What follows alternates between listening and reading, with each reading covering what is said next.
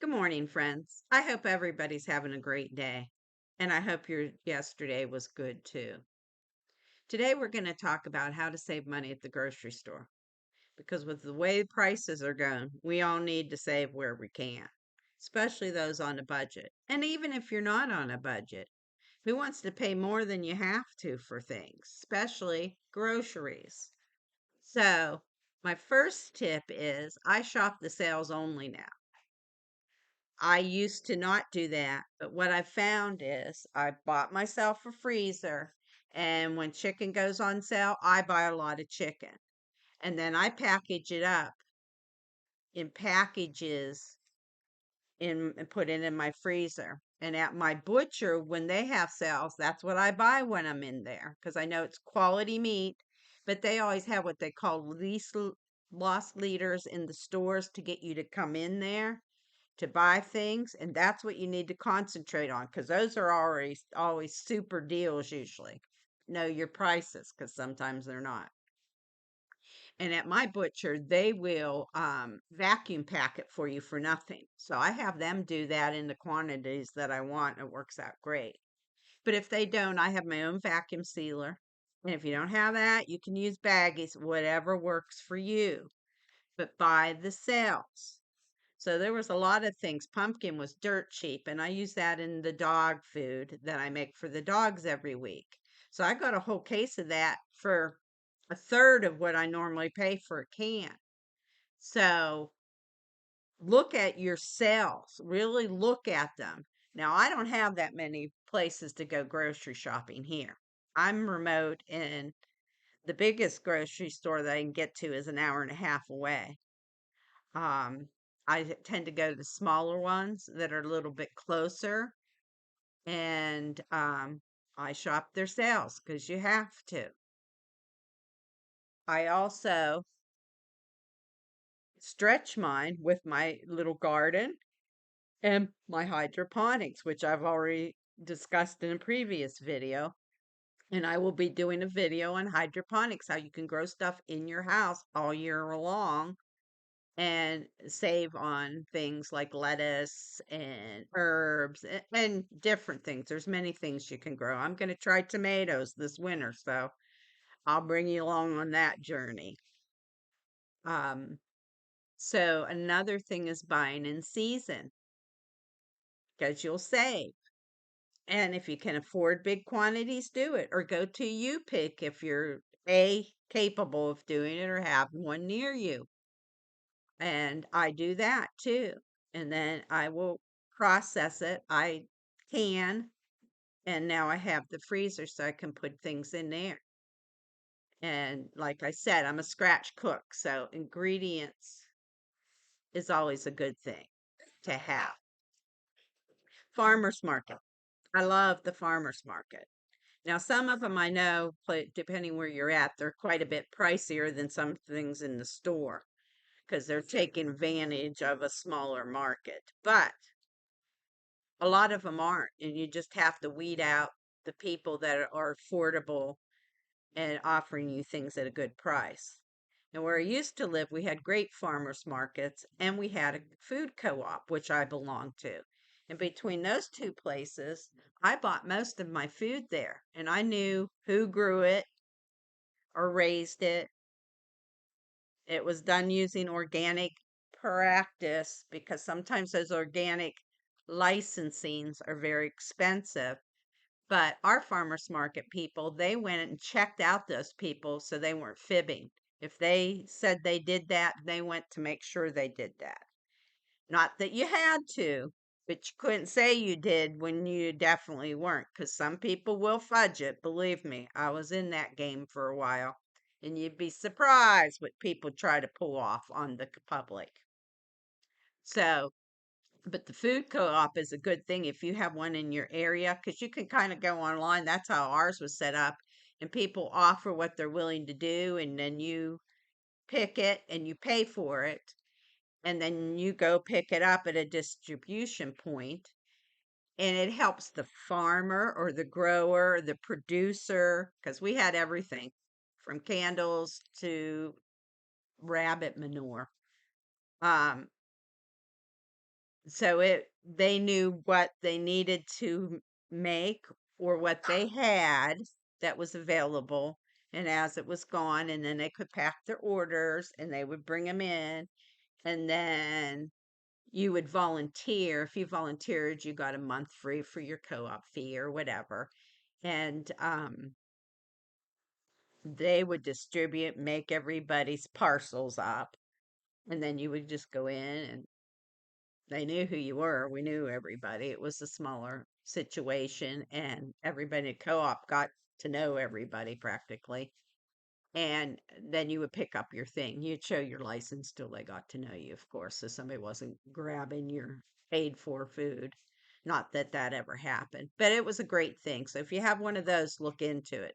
Farm shares, there's another great thing, and I've done that before, where you pay a farmer so much, and then as things come in season, you get a parcel. That's also great too, if they do the kind of practice. Now, it depends. Some people don't care if it's organic, some people don't care about pesticides, but I do. So I try to be careful when I can be about what I'm buying. Another thing is the dollar store, believe it or not. I've been finding things in there and it's cheaper than the grocery store, the same thing. Like the other day, I bought canned olives for $1.25. In the store, they were 3.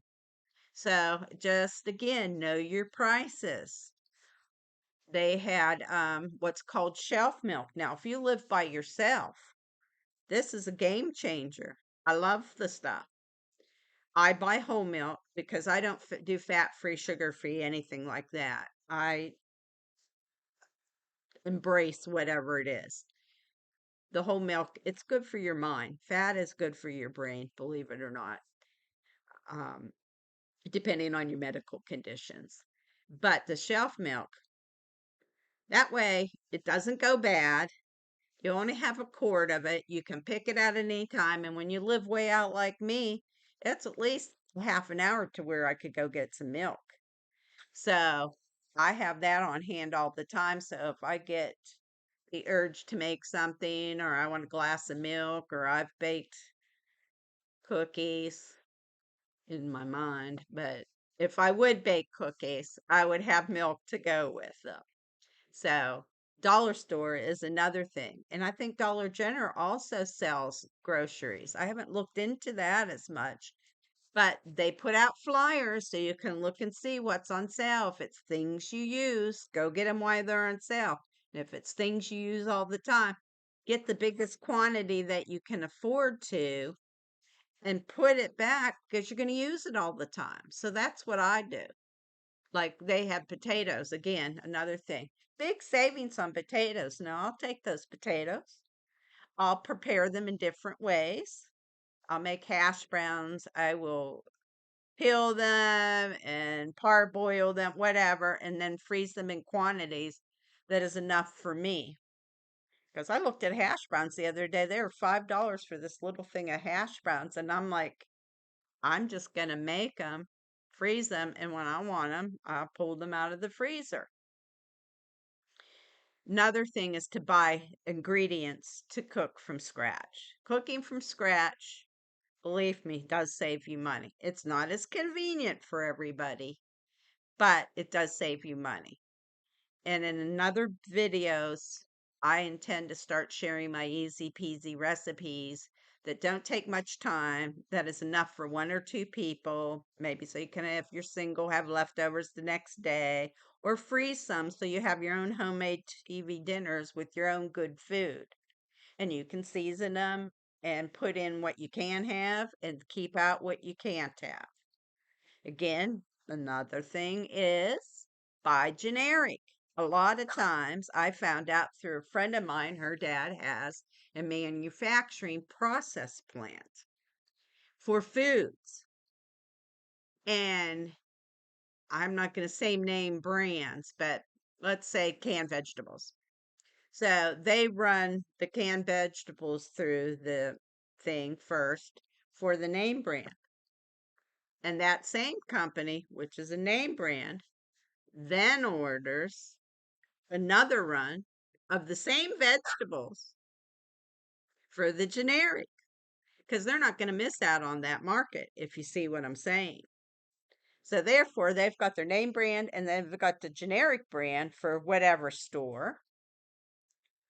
So they're not missing out on a share of the market for the people that aren't going to pay the name brand price. It's ingenious. So 10 to 1, your generic brand may be the same darn company making it. That's the name brand.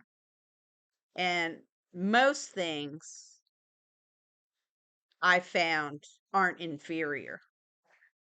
But I do have my thing about the ketchup, even though I make homemade ketchup when I have enough tomatoes. But I'm going to go with a certain brand of ketchup. And I'm just going to say it. I'm a Miracle Whip baby, born and raised on it.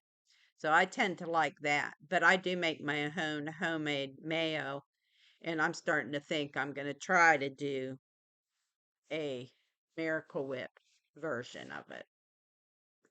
So buy generic. And I used to teach nutrition to people. I was part of this county board on nutrition, and we would take people and teach them about grocery shopping. And I always told them two things: look down, because everything at eye level, they pay to have their products placed. So they're paying bigger dollars for eye level. So that's going to be your more expensive stuff. I don't care. Even on sale, it's going to be your more expensive stuff. But if you look down to those lower shelves, a lot of times the lower you go, the cheaper it is. So again, get the no-name brand. Oatmeal is oatmeal, people. There's different types of oatmeal, but oatmeal is oatmeal. And again, read your labels. How I educated people was, if you can't pronounce it or you don't understand what's in your food, put it back on the shelf.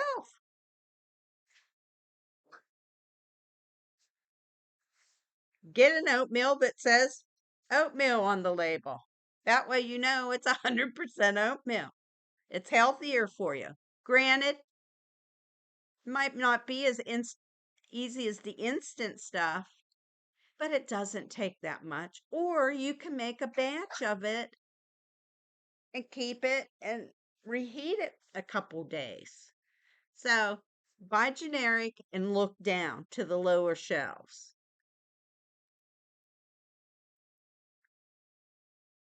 You can buy day old breads and bakery items, that type of thing, and then freeze it. Day old bread is great toasted. Cut it up, freeze it, take it out, one or two pieces for your toast. Easy peasy. You can make croutons out of it, breadcrumbs out of it. I mean, there's so much you can do with it, and you're saving a bundle if you make your own breadcrumbs. They're getting crazy too. So I do that. Also, find out when your store restocks, because some of them do it on certain days, and then the evening before or the afternoon before, they start marking stuff down. I knew that in a different grocery store that I used to go to. When they would do it, they would mark down meats. It was phenomenal, the markdown. And there wasn't anything wrong with them other than best by date was in a couple days. Well, if you get them and freeze them, they're fine when you go to thaw them, as long as you use them right away. You know when something's not good or not. So try to find that out and shop on those days when they're marking items down. If you ask, they'll tell you. The grocery store people are great. They're very helpful. And then buy in bulk when you're able to for things you use all the time. It really does help. And there's ways to make sure it stays good and it stays fresh. And you just have to look them up on YouTube. But a good source for buying in bulk is Azure Standard. I mean, it's got, if you're into the organics, it's just got about everything you can think of. And plus, it also has canning supplies and things to preserve your food and et cetera, et cetera. But I highly recommend taking a look at their um, website, because when you start adding up your little things of oatmeal, if you get a sack of it, you save a ton of money. You really do. And again, I said this before, just stock up on the sales for things that you know you're going to use. And if you vacuum pack meats and things like that, they don't get the freezer burn, and you can store those up to a year or so. And prep your food into quantities for a meal recipe, and then vacuum pack or freeze it, so you can just grab that out and it's done ahead of time, and it makes cooking A, so much easier, and B, you don't waste stuff. Like you open the fridge, you go, oh, sugar, I forgot I had those peppers in there, and now they're all wilty and I got a couple bad spots. If you do them right away and prep them right away when you bring them home, I always do it the next day. In fact, I'll be doing that today because I'm too tired when I get home to prep. But I do it the next day because I'm still a little tired, but not enough that I can't get things prepped.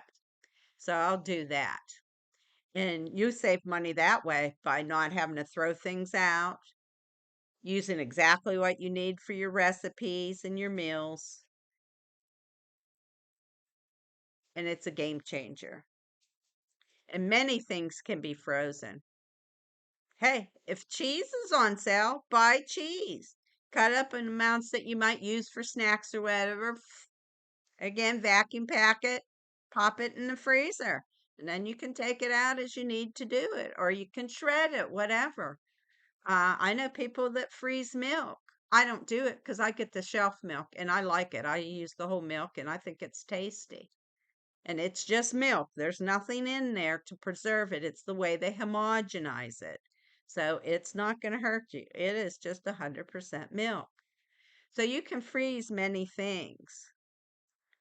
Berries, you name it, just about everything you can freeze. Some of it you have to blanch and stuff and prepare a little bit, and some of you don't. So I hope you found these tips helpful. I'd really like to hear if anybody else has some tips and ideas and how they save money at the grocery store or wherever they save money at the grocery store. Maybe you found a spot we didn't even know about. I mean, Big Lots was great for that, but unfortunately, they've gone out of business, and that bums me out. I don't know about you, but it really bummed me out to hear that. So please like, comment, share, and subscribe to help me grow this channel. And don't forget your little notification bell so you won't miss my next video. And be kind to yourself and others. And remember, it doesn't cost you a thing, and it only takes a moment. See you in the next one. Bye bye.